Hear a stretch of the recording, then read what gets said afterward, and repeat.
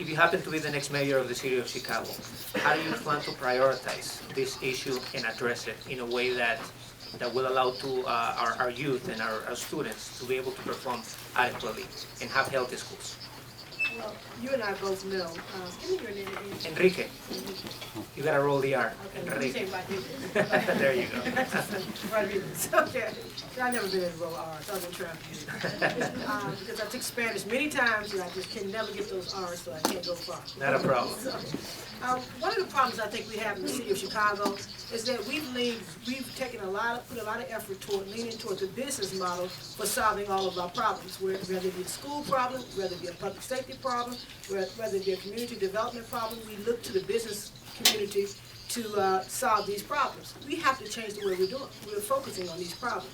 And that's one of the reasons why I decided to run for mayor, because I did not see a single candidate that understood the value of drawing from the wisdom and the knowledge of the people who live in the 77 neighborhoods that make Chicago strong.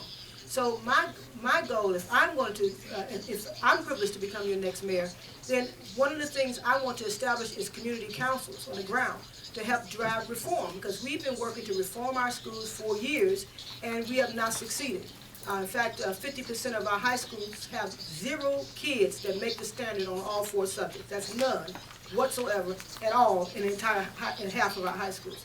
So if we're going to try to change the way we're addressing health issues and wellness issues, we have to understand that will be way down on the list in most people's minds, because they don't understand how learning and health is intricately linked.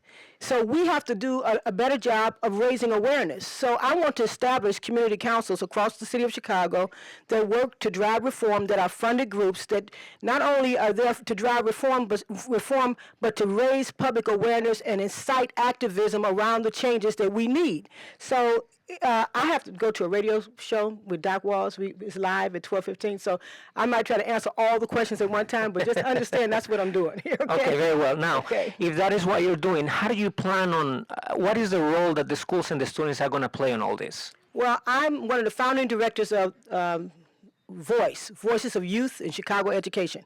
It's in 16 high schools, and in those programs we have kids that round table of students and that have invited the principal and the teacher together to talk about how to improve education. They also mentor the 9th graders and 10th graders, because when kids come from elementary school to high school, they're basically lost. So we have high school students that are mentoring the younger students.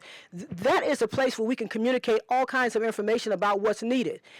One of the things that stirred me up about dealing with the environment and dealing with the future of our environment is the kids. When you see a child telling you, why are you leaving that light bulb on? We need the electricity. We need to cut down on our use of electricity because we have an earth that we have to live in after you're gone. When you have kids to start talking about it, then it gets wind under its wings and we can move forward. Secondly, we need professional development for all of the teachers and AIOs and also the principals to help them understand the value and the power of kids having the right amount of food, the right kind of food, the right amount of exercise, and also how that ties right back to learning. I think a problem we have is that people don't really understand or know it enough. That's why I'm really proud of this group, Healthy Schools Campaign, that's doing a great job on pushing that out to the community.